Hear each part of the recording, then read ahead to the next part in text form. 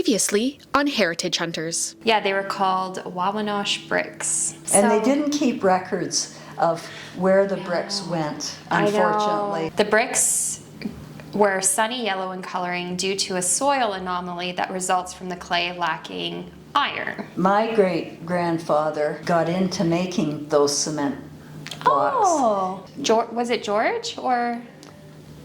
This is my mother's side of the house. Oh, cool.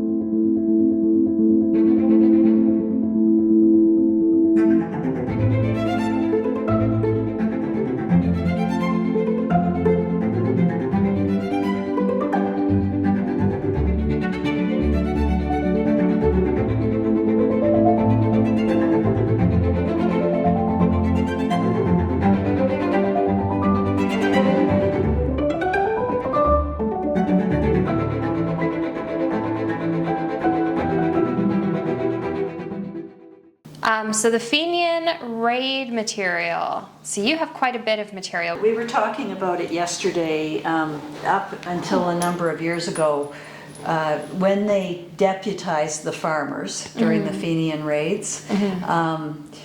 They get the handcuffs, they gave them a set of handcuffs, and they gave them a gun, a small gun, and I guess it was a government issued gun, not of great quality, not very big. Yeah.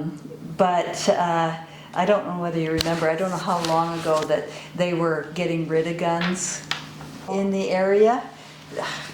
It's a number of years ago, but they weren't allowing people to keep handguns. Unless it was something that could be licensed.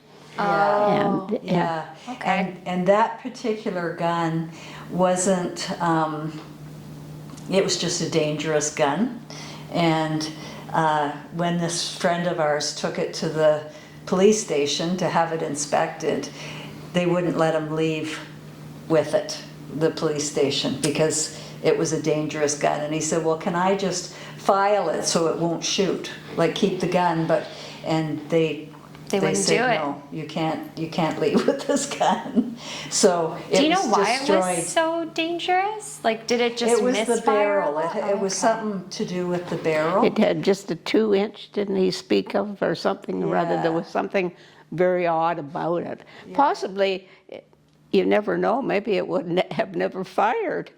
You never He know. was talking about the guns, and it kind of went over my head a bit, because when he was talking about the other gun that we have here, he was talking about how they used a piece of metal and wrapped it around something to make the barrel, of the gun, and so there was something with the barrel that,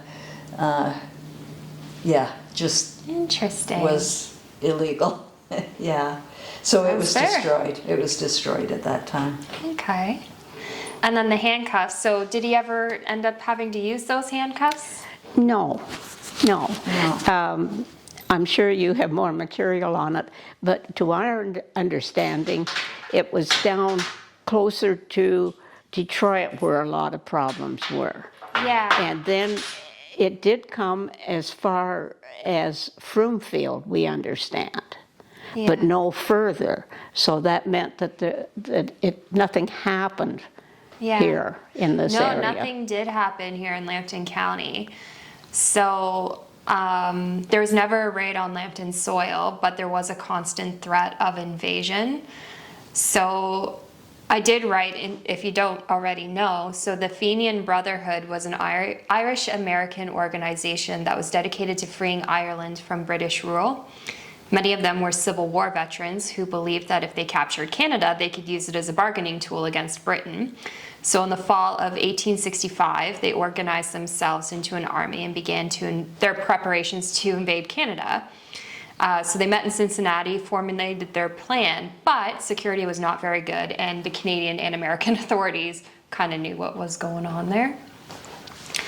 But it did tie into a lot of early Lambton County militia history. So one of the earliest records of any military organization in Lambton is from the mid-1800s. So Colonel Faithorn, so Bryce Grove Library, that was the Faithorn House, left behind a roll in his Lakeshore residence. So it was a service role of the militia of Sarnia Township of 1855. In that year, Canada passed the Militia Act in an effort to create military units made up of volunteer and part-time soldiers, which was in response. So that was partially in response to the Fenian Brotherhood. And then in 55, a Sarnia Township unit, the 27th St. Clair Borderers, was loosely formed, and like most militia units outside of larger cities, was unarmed and undrilled, seldom if ever assembled for training. The officers were recruited mainly from retired British Army soldiers, and they were given commissions qualified for rank by undergoing examinations in London, Ontario, where a large garrison was maintained. And the 27th St. Clair Borderer members mustered together once a year, signed the service roll, and received a king's shilling to celebrate the event and end the year's campaign. But yeah, so they, in 1866, that's when the 1st Lambton Regiment in Sarnia was organized, which became the 27th Lambton Battalion of Infantry. And then companies from Sarnia, Petrolia, Forest, Witter, Warwick, Watford, and Wallaceburg kind of all comprised that.